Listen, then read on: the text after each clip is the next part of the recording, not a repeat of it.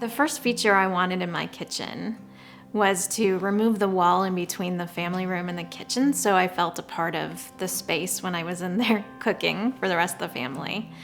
And I really wanted a kitchen that felt comfortable, but also had a bit of a French flair with antiques.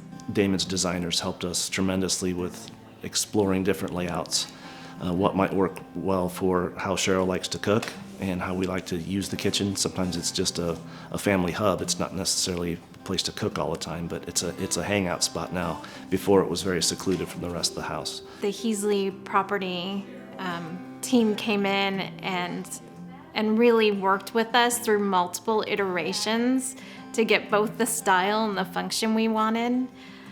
A customer has an idea. They've been dreaming about this project for a long time, and they brought their financial resources together for that. Now they're looking for a team to make all of that come true, and that's what we do. Heasley Property brought in some fantastic subcontractors, and I think that's the key to working with a contractor is they get the best people who show up on time and really take care of things. His main contractor, Skylar, and his crew, they were responsive and they produced excellent work.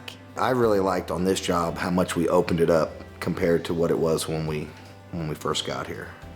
So we put 2 big beams in and pushed, walls out.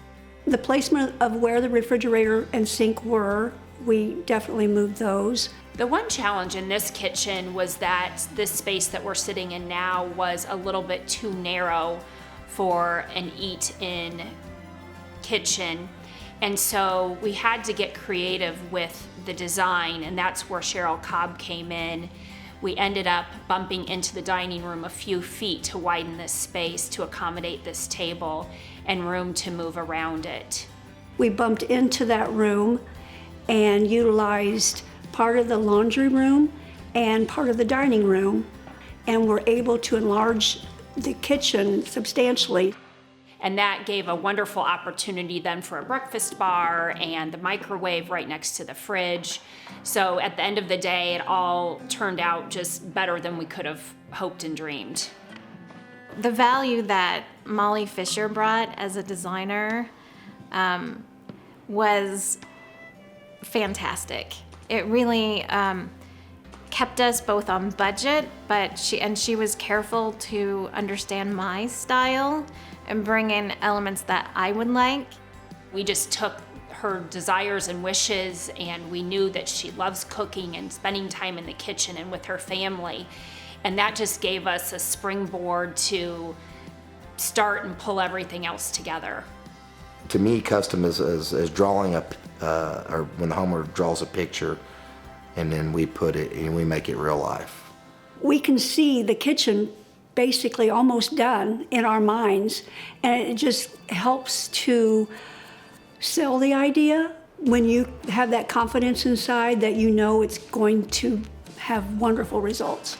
The window behind me is from my office building downtown Indianapolis, and when we moved into that building 15 years ago, there was a big remodel that happened at the office, and the building was from 1926, and so this leaded glass window was a remnant of that 1926 building. And so I kept that aside and didn't really know what to do with it for the better part of 15 years.